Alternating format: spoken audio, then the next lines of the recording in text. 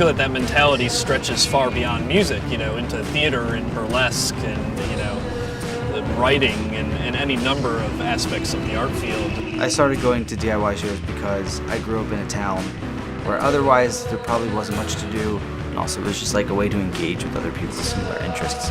When I was in middle school, there was actually a friend of mine who was in a band, and he took me to my first show, and it was really cool. So yeah, I grew up in an isolated town in upstate New York. I never really had an outlet for the whole punk rock DIY culture growing up. And then I discovered the whole West Philly punk rock scene, and I started going to shows at places like Stolid 13 and Kill Time and, you know, smaller scale basement shows.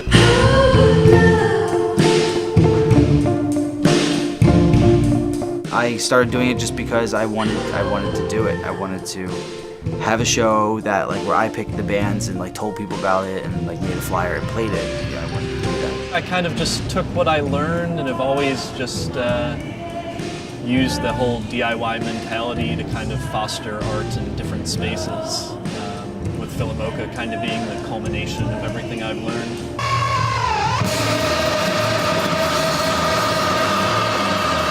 So Philladelphia is it's the mausoleum of contemporary art, which is also a great name because it insinuates that contemporary art is dead, which I love because I kind of feel that way. Philladelphia is an all-ages space.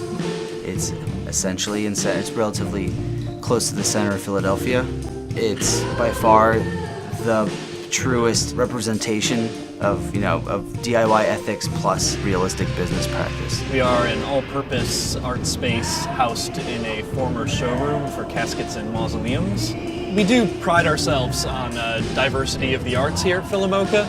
The specialty was kind of DIY shows, and we still do a lot of those, but I kind of tried to foster this broader scene because I really see the DIY mentality, which of course embodies your average, basement show or house show.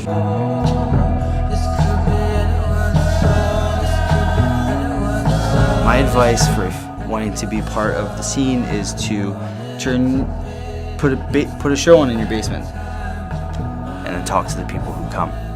It's important because it also supports a variety of artists who choose not to become more corporate or whatever. It's also important because it gives people a place to go where they might otherwise do something stupid.